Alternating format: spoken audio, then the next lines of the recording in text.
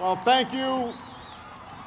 Thank you, President Crow, for that extremely generous introduction, for your inspired leadership as well here at ASU.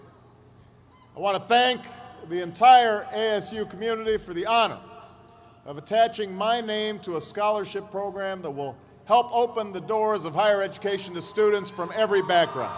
What a wonderful gift. Thank you.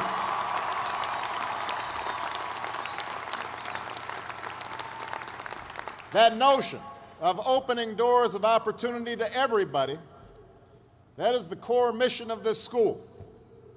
It's the core mission of my presidency. And I hope this program will serve as a model for universities across this country. So thank you so much.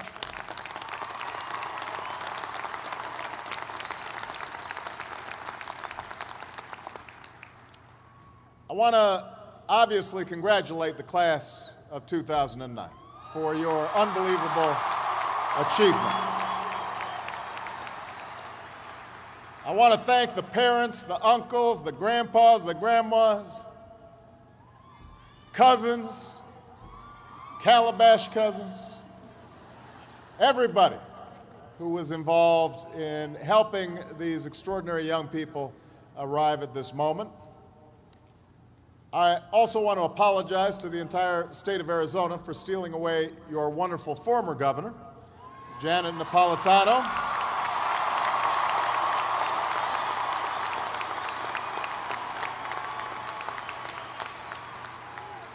But you've got a fine governor here, and I also know that Janet is now applying her extraordinary talents to serve our entire country as the Secretary of Homeland Security, keeping America safe, and she's doing a great job.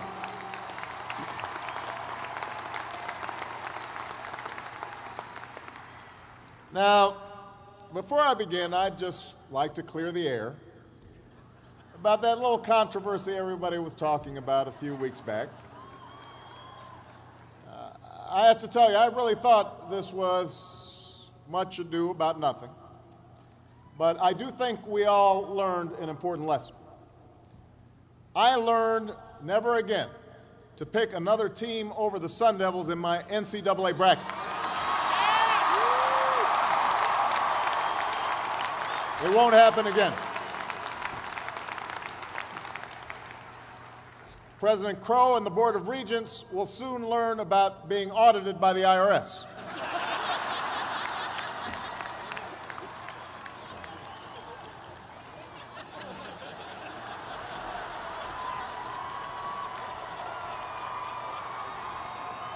Now, in all seriousness, I come here not to dispute the suggestion that I haven't yet achieved enough in my life. First of all, Michelle concurs with that assessment. She has a long list of things that I have not yet done, waiting for me when I get home. But more than that, I come to embrace the notion that I haven't done enough in my life. I heartily concur. I come to affirm that one's title, even a title like President of the United States, says very little about how well one's life has been led. That no matter how much you've done or how successful you've been, there's always more to do, always more to learn, and always more to achieve.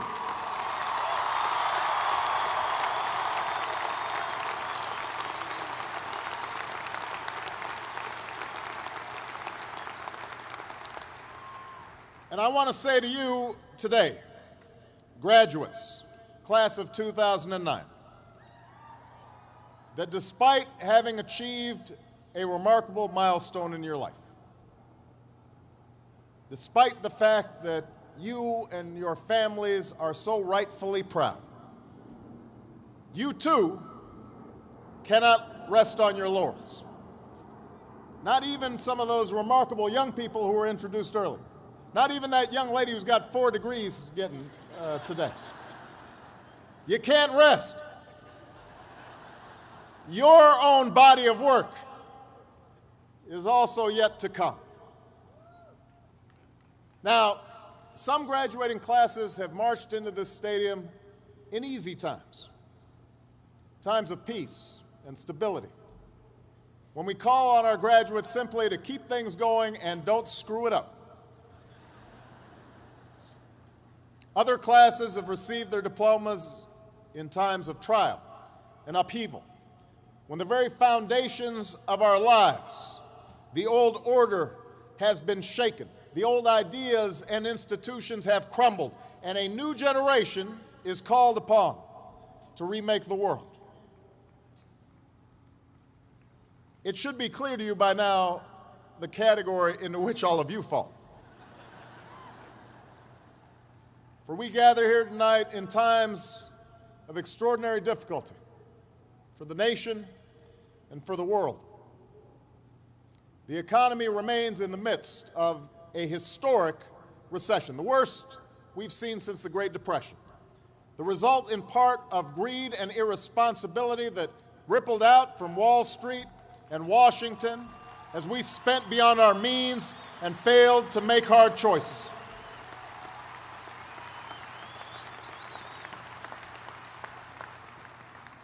We're engaged in 2 wars and a struggle against terrorism. The threats of climate change, nuclear proliferation, and pandemic defy national boundaries and easy solutions. For many of you, these challenges are also felt in more personal terms. Perhaps you're still looking for a job, or struggling to figure out what career path makes sense in this disrupted economy. Maybe you've got student loans. No, you definitely have student loans. Or credit card debts. And you're wondering how you'll ever pay them off. Maybe you've got a family to raise. And you're wondering how you'll ensure that your children have the same opportunities you've had to get an education and pursue their dreams. Now, in the face of these challenges, it may be tempting to fall back on the formulas for success that have been peddled so frequently in recent years.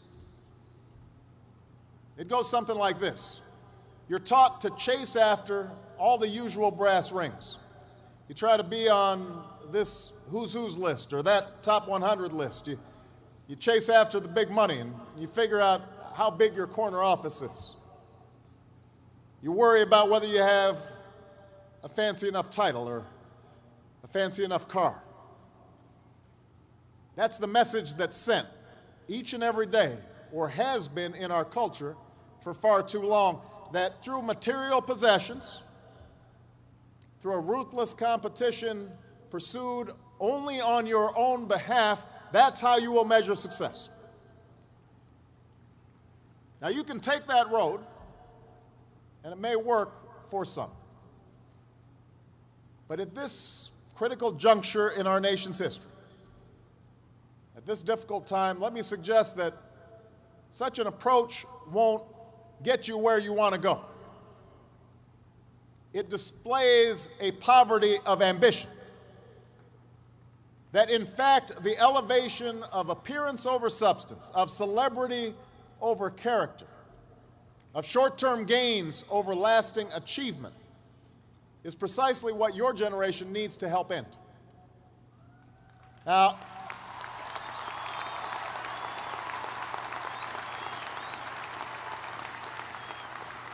ASU, I want to highlight 2 main problems with that old, tired, me-first approach to life. First of all, it distracts you from what's truly important. And it may lead you to compromise your values and your principles and your commitments. Think about it. It's in chasing titles and status, in worrying about the next election, rather than the national interest and the interests of those who you're supposed to represent, that politicians so often lose their ways in Washington. They spend time thinking about polls, but not about principle. It was in pursuit of gaudy short-term profits and the bonuses that came with them that so many folks lost their way on Wall Street, engaging in extraordinary risks with other people's money. In contrast, the leaders we revere, the businesses and institutions that last, they are not generally the result of a narrow pursuit of popularity or personal advancement, but of devotion to some bigger purpose, the preservation of the Union, or the determination to lift a country out of a depression, the creation of a quality product, a commitment to your customers, your workers, your shareholders, and your community, a commitment to make sure that an institution like ASU is inclusive and diverse and giving opportunity to all. That's the hallmark of real success.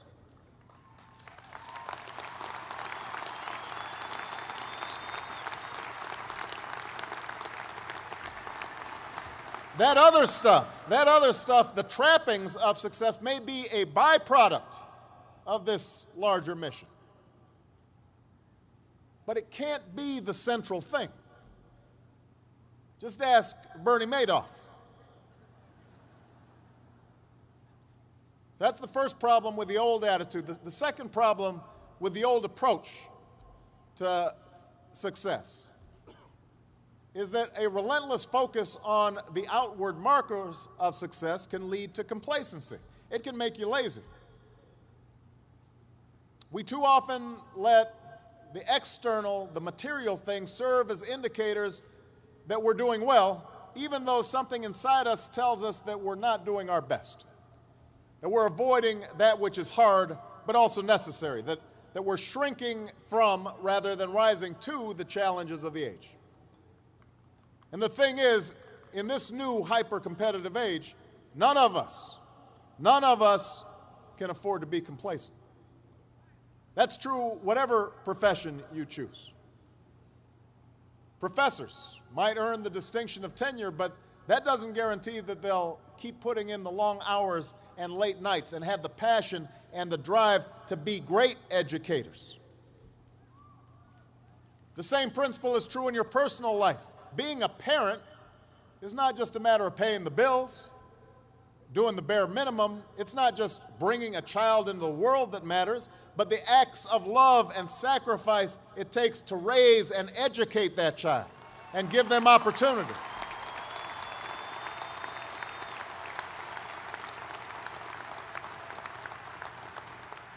It can happen to presidents as well.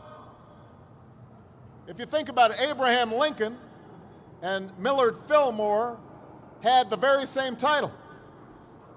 They're both presidents of the United States. But their tenure in office and their legacy could not be more different. And this is not just true for individuals, it's also true for this nation.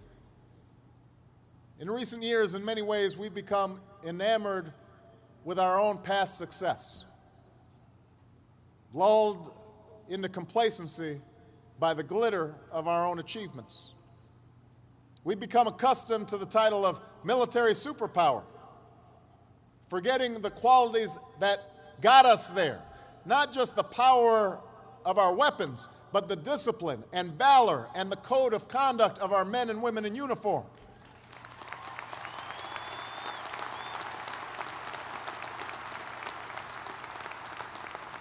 The Marshall Plan and the Peace Corps and all those initiatives that show our commitment to working with other nations to pursue the ideals of opportunity and equality and freedom that have made us who we are. That's what made us a superpower. We've become accustomed to our economic dominance in the world, forgetting that it wasn't reckless deals and get-rich-quick schemes that got us where we are, but hard work and smart ideas, quality products and wise investments. We started taking shortcuts. We started living on credit instead of building up savings. We saw businesses focus more on rebranding and repackaging than innovating and developing new ideas that improve our lives. All the while, the rest of the world has grown hungrier, more restless, in constant motion to build and to discover, not content with where they are right now, determined to strive for more. They're coming. So graduates, it's now abundantly clear that we need to start doing things a little bit differently. In your own lives, you'll need to continuously adapt to a continuously changing economy. You'll end up having more than one job and more than one career over the course of your life. You'll have to keep on gaining new skills, possibly even new degrees. And you'll have to keep on taking risks as new opportunities arise. And as a nation, we'll need a fundamental change of perspective and attitude. It's clear that we need to build a new foundation, a stronger foundation for our economy and our prosperity. Rethinking how we grow our economy, how we use energy, how we educate our children, how we care for our sick, how we treat our environment. Many of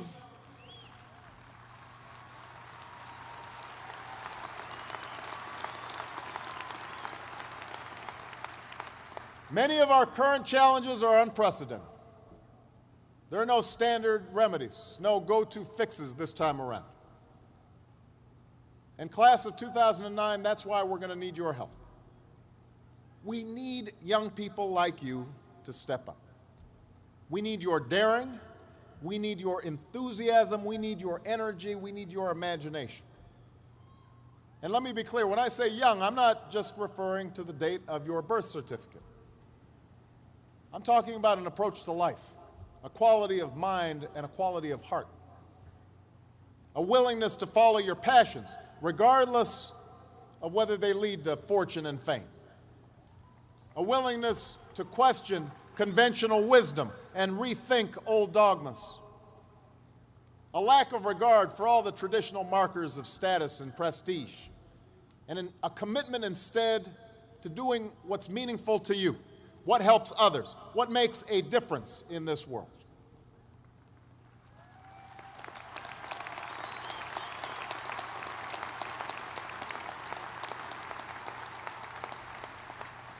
That's the spirit that led a band of patriots, not much older than most of you, to take on an empire, to start this experiment in democracy we call America. It's what drove young pioneers west to Arizona and beyond. It's what drove young women to reach for the ballot, what inspired a 30-year-old escaped slave to run an underground railroad to freedom,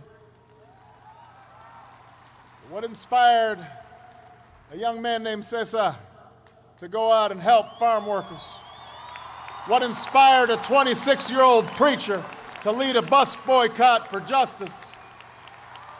It's what led firefighters and police officers in the prime of their lives up the stairs of those burning towers, and young people across this country to drop what they were doing and come to the aid of a flooded New Orleans.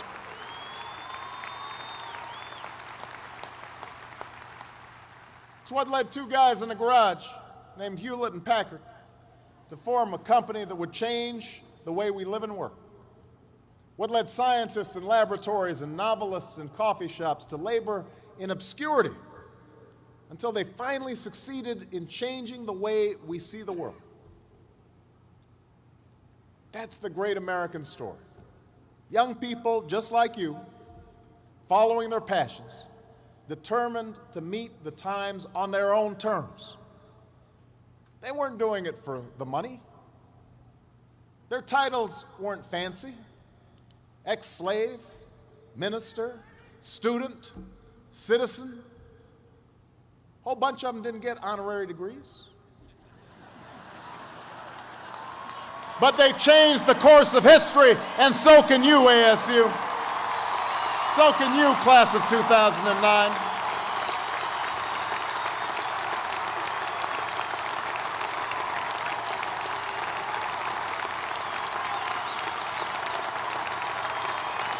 So can you.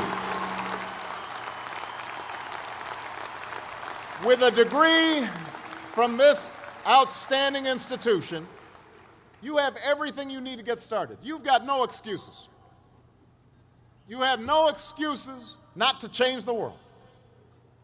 Did you study business? Go start a company. Or why not help a struggling non-for-profit find better, more effective ways to serve folks in need?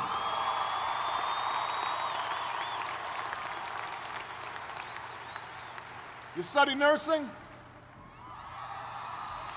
Go. Understaffed clinics and hospitals across this country are desperate for your help. You study education?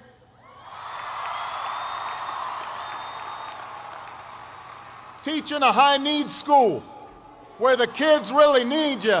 Give a chance to kids who can't get everything they need maybe in their neighborhood, maybe not even in their home, but we can't afford to give up on them.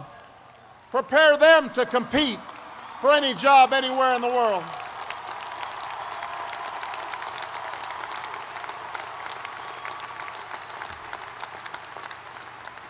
You study engineering?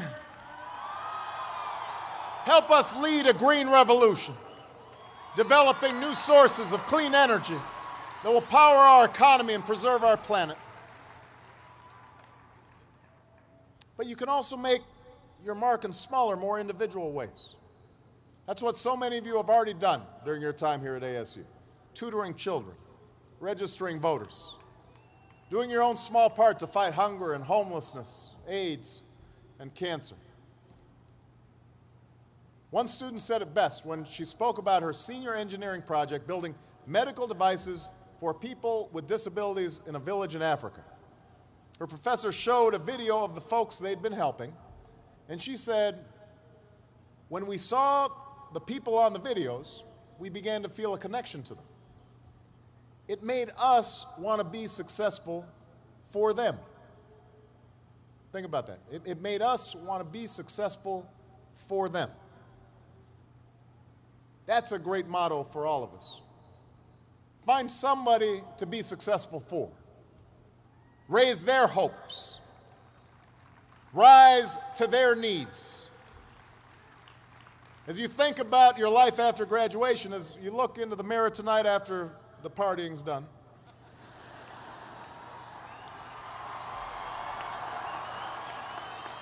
that shouldn't get such a big cheer.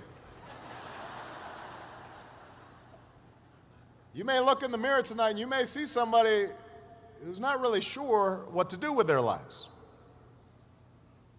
That's what you may see, but a troubled child might look at you and see a mentor. A homebound senior citizen might see a lifeline. The folks at your local homeless shelter might see a friend. None of them care how much money is in your bank account or whether you're important at work or whether you're famous around town.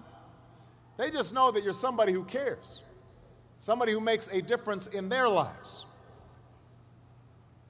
So class of 2009, that's what building a body of work is all about. It's about the daily labor, the many individual acts, the choices large and small that add up over time, over a lifetime, to a lasting legacy. That's what you want on your tombstone. It's about not being satisfied with the latest achievement, the latest gold star, because the one thing I know about a body of work is that it's never finished. It's cumulative. It deepens and expands with each day that you give your best, each day that you give back and contribute to the life of your community and your nation. You may have setbacks and you may have failures, but you're not done.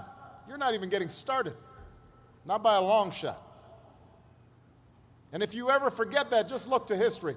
Thomas Paine was a failed corset maker, a failed teacher, and a failed tax collector before he made his mark on history with a little book called Common Sense that helped ignite a revolution.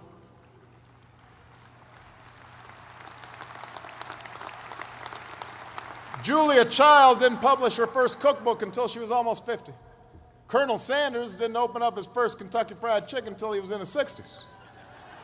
Winston Churchill was dismissed as little more than a has-been who enjoyed scotch a little bit too much before he took over as prime minister and saw Great Britain through its finest hour. No one thought a former football player stocking shelves at the local supermarket would return to the game he loved, become a Super Bowl MVP, and then come here to Arizona and lead your Cardinals to their first Super Bowl.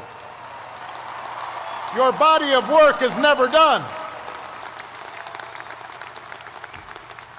Each of them, at one point in their life, didn't have any title or much status to speak of, but they had passion, a commitment to following that passion wherever it would lead, and to working hard every step along the way. And that's not just how you'll ensure that your own life is well lived. It's how you'll make a difference in the life of our nation.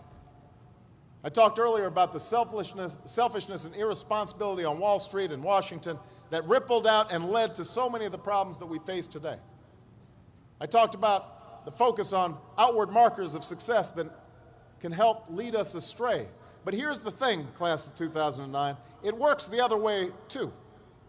Acts of sacrifice and decency, without regard to what's in it for you, that also creates ripple effects.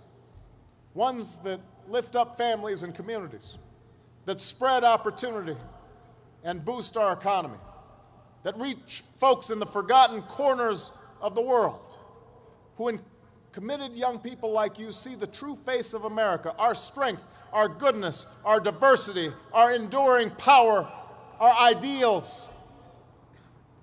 I know starting your careers in troubled times is a challenge, but it is also a privilege, because it's moments like these that force us to try harder and dig deeper and to discover gifts we never knew we had, to find the greatness that lies within each of us. So don't ever shy away from that endeavor. Don't stop adding to your body of work. I can promise that you will be the better for that continued effort, as will this nation that we all love. Congratulations, class of 2009, on your graduation. God bless you, and God bless the United States of America.